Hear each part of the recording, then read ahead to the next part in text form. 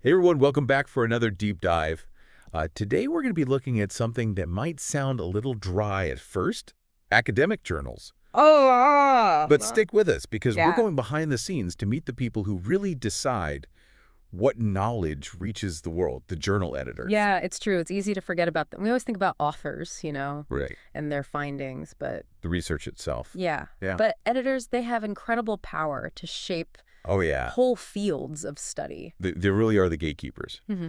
So our guide for this deep dive is a 2011 article from Management and Organization Review called Editorial Responsibility, Managing the Publishing Process to Do Good and Do Well by Herman McGinnis, rhymes with beer, and Sophia J. Vechetto. Okay. And what's so interesting about this article is it really dives into this tension between the demands of being an editor Right. and an editor's own career ambitions.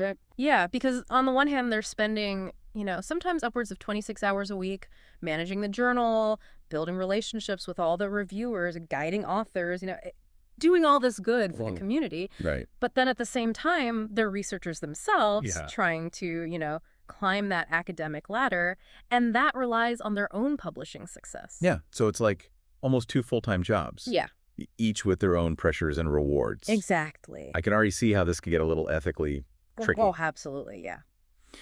So the article frames this dilemma using what they call the triple bottom line.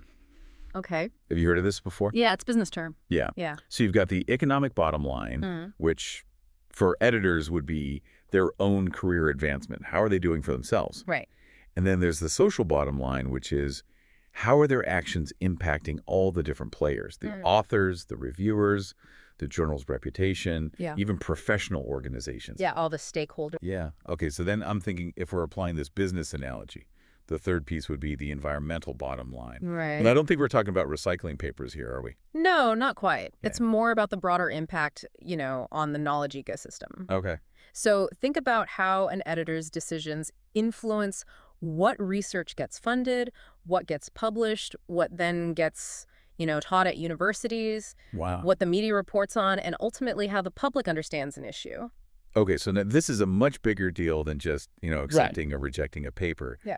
This is really about what knowledge is shared with the world. Exactly. Wow, that's a lot of responsibility. And the article gives a really good example of this. They quote an editor who felt compelled to check journal emails Oh, no. while on vacation in the Galapagos Islands. Oh, my goodness. So it really, emphasizes just how demanding the role Yeah. can be Oh, wow. and how much pressure there is to be constantly on. Yeah. That makes me wonder, is it even possible to maintain that kind of commitment Right. and still have your own research career? And that's where the authors bring in this idea of a virtuous cycle. Okay. So they argue that doing good for others in the system can actually lead to doing well for yourself as an editor. Okay. I'm intrigued. I got to hear more about how this virtuous cycle works. So imagine an editor who's really focused on that social bottom line. They give timely feedback to authors, Sure. even if it means rejecting their papers. Right. They treat everyone with respect. They offer constructive criticism to help people improve their work. They might mentor junior scholars and really invest in fostering that sense of community. Okay. I can see how that would build a lot of goodwill. Right.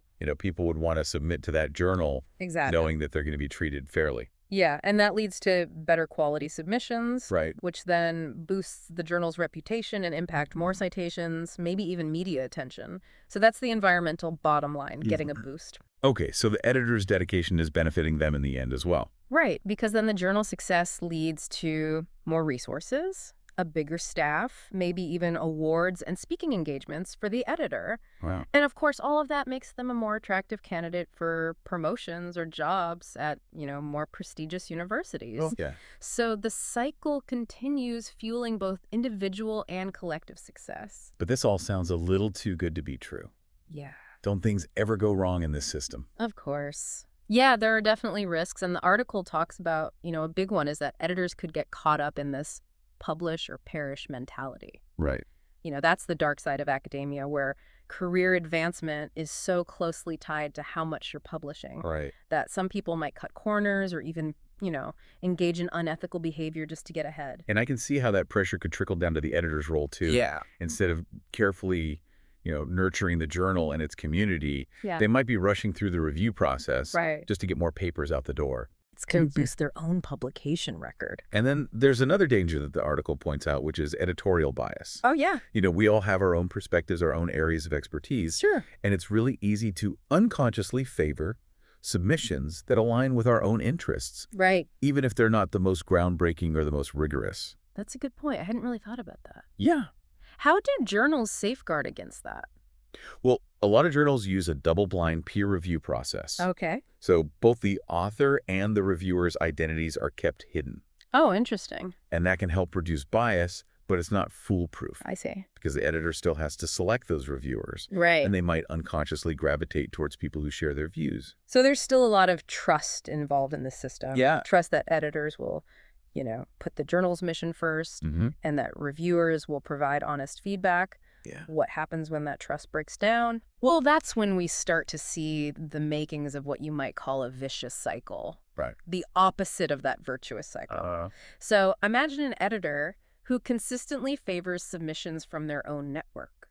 Right. Neglecting other high-quality work. Well, yeah, researchers wouldn't want to submit to that journal anymore. Right. And then the best minds in the field would start publishing elsewhere. Right. And as the quality of the journal declines, its reputation and impact decline, fewer citations, lower rankings, it can kind of spiral downward. Yeah, it's like a domino effect. Once it starts, it's hard to stop. Exactly. The article actually quotes an editor talking about getting these angry emails from authors accusing them of bias. Wow. Or unfair treatment. Yeah. It's a good reminder that even with the best of intentions, mistakes can happen, and those mistakes have consequences. Absolutely. This makes me think about that environmental impact we were discussing. Right.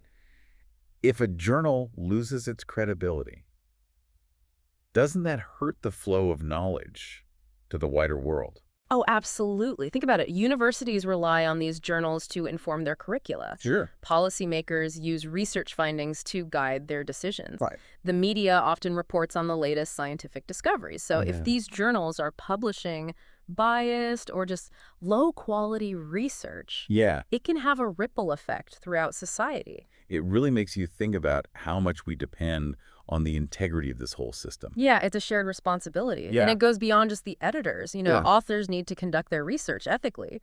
Reviewers need to provide honest feedback. Right. And even readers have a role to play in critically evaluating the information that they're consuming. Speaking of different players in the system, the article talks a lot about the importance of reviewers. Oh, yeah. Can we maybe dig a little deeper into their role? Sure. Reviewers are really the unsung heroes of this whole process. They dedicate countless hours to reading manuscripts, often outside of their paid work. Yeah. And they rarely get much recognition for it. I remember reading somewhere that most academic journals rely entirely on volunteer reviewers. Yeah.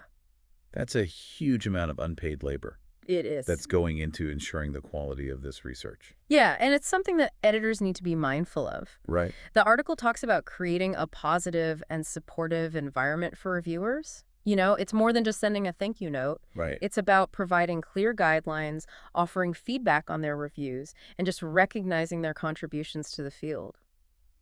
It's interesting how this all ties back to that idea of the social bottom line. Yeah. If editors are treating reviewers well, it creates this sense of community and shared purpose. Exactly. And that benefits everyone in the end. It's another example of how ethical behavior can lead to that virtuous cycle of positive outcomes. Right. And then on the flip side, neglecting the needs of reviewers can contribute to that downward spiral. Right. If reviewers feel undervalued or overworked, they're less likely to provide good feedback or even accept review requests in the future. So a healthy journal ecosystem really relies on all these interconnected relationships. Yeah. Editors, authors, reviewers, they're all interdependent. It's a delicate balance. Yeah. And it requires, a shared commitment to excellence and integrity from everyone involved. This deep dive has definitely given me a new perspective on the power and responsibility of these journal editors. Yeah. What started as this niche topic has really expanded to these much larger questions about the flow of knowledge and its impact on the world. It's all connected, and as we become more aware of these connections, we can make more informed choices as both consumers and producers of knowledge. Now, I can't help but wonder what Guinness and Vichetto would think about the state of academic publishing today, over a decade after they wrote this article. That's a great question, and it's one that I think we should explore as we kind of wrap up our deep dive into their work. So we've talked about a lot here, everything from what actually happens during the editorial process to Right. how these journals can impact society. Yeah, and it's important to remember, we're looking at this through the lens of a 2011 article. Right. Things have probably changed since then, Right. especially with open access publishing becoming more popular Yeah. and the pressure to publish in those high impact journals. I think those trends could make some of the problems we've talked about even worse. Yeah. Like the pressure on editors to just churn out papers Right. or, even more bias creeping into the process. Oh, yeah, for sure. And it's not just the editors who are facing more pressure. Right. The authors themselves are in this incredibly competitive environment Yeah. that publish or perish culture, Right. it's only gotten more intense, It's true. which could lead to, people rushing their research Right. or even being careless just to get something published. It's like that vicious cycle we talked about. Yeah. That pressure to publish leads to lower quality research, Right. which makes the journals less credible. Exactly. And then that puts even more pressure on everybody to publish in those few remaining good journals. It really makes you wonder, is this system sustainable? Right. Do we need to rethink how we evaluate research? Yeah. Maybe move away from just looking at those publication numbers. I wonder what a Guinness and Vachetta would say about all this if they Yeah. were writing this article. Now, Right. they seem pretty optimistic about that virtuous cycle, Mhm. but I don't know if they'd still be so hopeful. It's hard to say, Yeah. but the issues they brought up back then, the power dynamics, the ethical dilemmas, Right. that tension between what's good for you and what's good for everybody, Yeah. those are all still shaping academic publishing today. So it's a good reminder, we can't just take this system for granted. Right. We need to be thinking about how to make it better, Mm-hmm. how to make it more fair and transparent, and, make sure people are accountable for their actions. And that's everyone's responsibility. Yep. The editors, the authors, the reviewers, the readers. Right. Everyone who's part of this, system of creating and sharing knowledge. Well, this has been a really eye-opening deep dive. Yeah. It's given me a lot to think about Good. as I learn more about research, Hmm. both as a reader and as someone who maybe wants to contribute someday. It's been great talking about this with you and all our listeners out there. Yeah. Stay curious, keep asking questions, and never underestimate the power of knowledge Yeah. and the people who help shape its path. Well said. Thanks for joining us for this deep dive into academic publishing. Until next time, keep exploring,